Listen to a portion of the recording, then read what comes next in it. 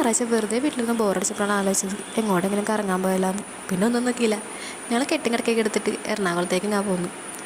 കറങ്ങാൻ ഞങ്ങളുടെ തൃശ്ശൂർ വേറെ സ്പോട്ടിലാഞ്ഞിട്ടൊന്നല്ല, ജനിച്ചു വളർന്ന നാട് പിന്നെയും കാണുന്നൊരാഗ്രഹം. അപ്പോൾ കാറ് ഞങ്ങൾ വൈപ്പിലിട്ടിട്ട് കൊച്ചിയിലോട്ട് ചെങ്കാറ് കയറി. ഇത് ഈ കാരണം ഹോട്ടലിൽ നോക്കി വെച്ചോട്ടാ, സമൃദ്ധി ആവശ്യം വരും. നല്ല അടിപൊളി മഴത്ത് കൊച്ചി എക്സ്പ്ലോർ ചെയ്യാൻ പോയ ഞങ്ങളുടെ അവസ്ഥ ഇതായിരുന്നു. ഒടുക്കത്തെ വെയിലും അത്യാവശ്യം തിരക്കും.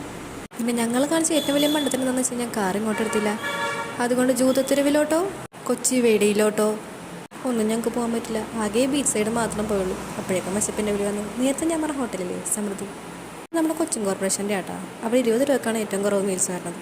കൊച്ചി പോകുമ്പോൾ അത് നിങ്ങൾക്ക് ബഡ്ജറ്റ് ഫ്രണ്ട്ലി ആയിരിക്കും. പിന്നെ അതേത് ഇവര് ഞങ്ങൾക്ക് വേണ്ടിയിട്ടാണ് ട്രിപ്പ് വന്നെങ്കിലും കല്യാണം കഴിഞ്ഞ് 26 കൊല്ലമായിട്ടും ഈ കപ്പിൾസിൻ്റെ റൊമാൻസ് ഇപ്പോഴും മാറിയിട്ടില്ല. പിന്നെ അധികം അല്ലെന്ന് തിരിയാണ്ട് ഞങ്ങൾ തിരിച്ചു പോകുന്നു. എല്ലാവരും അടുത്ത് അമ്മനെ കണ്ട് എങ്ങനെയാണ് തിരിച്ച് വീട്ടിൽ പോവുക. എന്തോ കുഞ്ഞാൾ തൊട്ട് ഈ പള്ളിയോട് എനിക്ക് ഭയങ്കര വിശ്വാസമാണ്.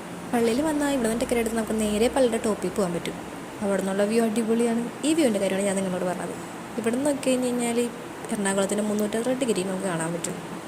എന്തിനധികം പറയുന്നു, ദീട അറബിക്കടലിൽ കപ്പൽ കിടക്കണവരെയും സത്യമായിട്ടും കാണാൻ പറ്റും. പിന്നൊരു കാര്യം പറയാൻ ഞാൻ വിട്ടു, പ്രായമുള്ളവരെയും കൊണ്ട് വരണ്ടാട്ടാ. ലിഫ്റ്റ് ഉണ്ടെങ്കിലും അത് കഴിഞ്ഞിട്ട് 62 പടി നമ്മൾ നടന്ന് തന്നെ കയറണം. എറണാകുളത്തായിരുന്നപ്പോൾ എല്ലാ ഞായറാഴ്ചയും വന്ന് കുർബാന കഴിയുന്ന പള്ളിയാണ്. ഇവിടെ നിന്ന് ഞങ്ങൾ പോയിട്ട് 10 കൊല്ലമെങ്കിലും വർഷത്തിലൊരാഴ്ചയെങ്കിലും ഈ പള്ളിയിലോട്ട് വരാൻ എനിക്ക് ഭയങ്കര ആഗ്രഹമാണ്.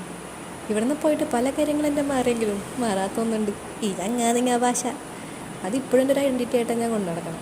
ഫസ്റ്റൊക്കെ സ്കൂളിൽ പോയി ചേർന്ന സമയത്തുണ്ടല്ലോ, കിട്ടിയ കളിയാക്കലിന് കയ്യും കണക്കുണ്ടായിരുന്നില്ല.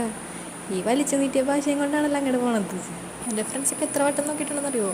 അങ്ങട് എന്നുള്ളതിന് ഞാൻ അങ്ങാടെന്ന് പറയും, എന്നിട്ട് എന്നുള്ളതിന് ഞാൻ അപ്പാന്ന് പറയും. ഇതൊക്കെയാണ് എൻ്റെ ഭാഷ.